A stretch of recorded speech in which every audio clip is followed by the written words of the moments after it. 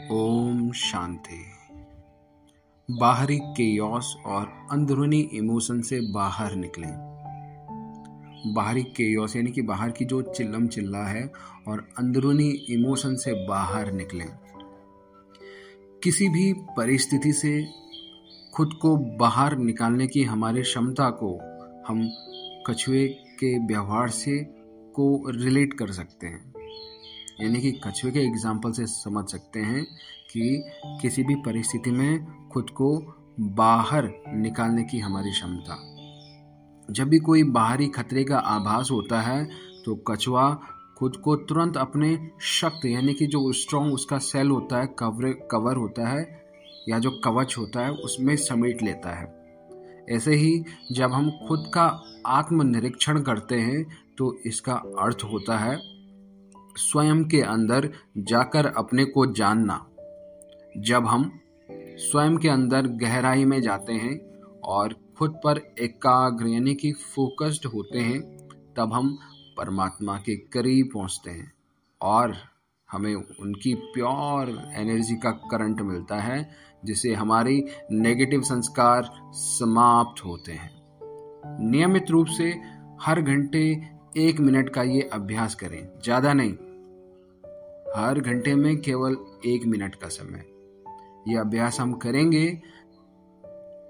यह अभ्यास हमें हमारी गलत आदतों को समाप्त करने में मदद करता है।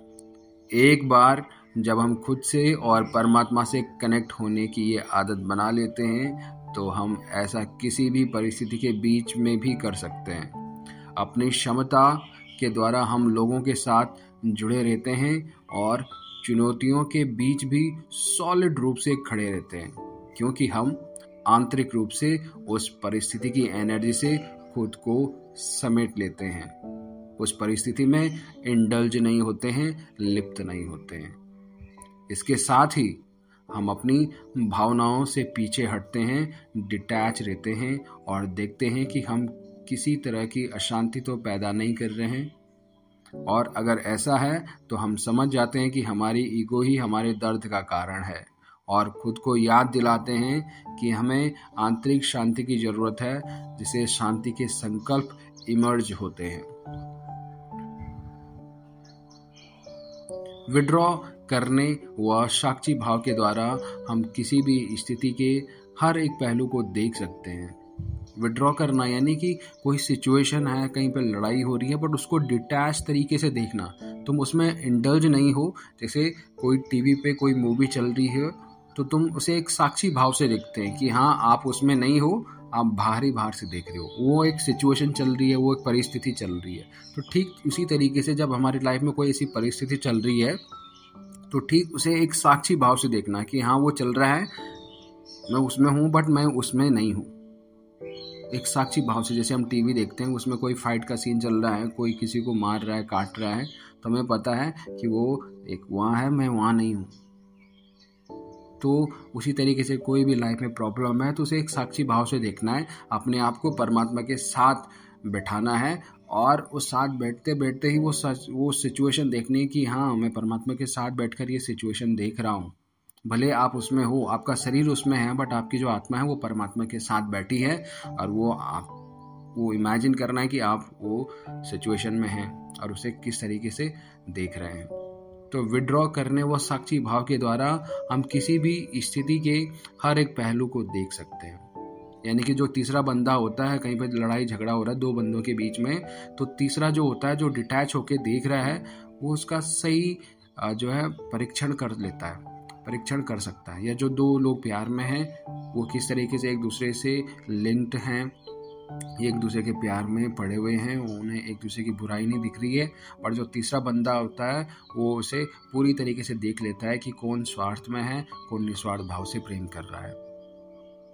तो साक्षी भाव के द्वारा हम किसी भी स्थिति के हर एक पहलू को देख सकते हैं, यानी कि हर एक एस्पेक्ट को हम देख सकते हैं अगर हम डिटैच होकर देख रहे हैं। इससे हमारे अंदर स्पष्टता आती है और हम सही तरह से रिस्पॉन्स करते हैं। इसके अलावा हम अपने पुराने तौर तरीकों के अनुसार आवेग में आकर रिएक्ट नहीं करते हैं।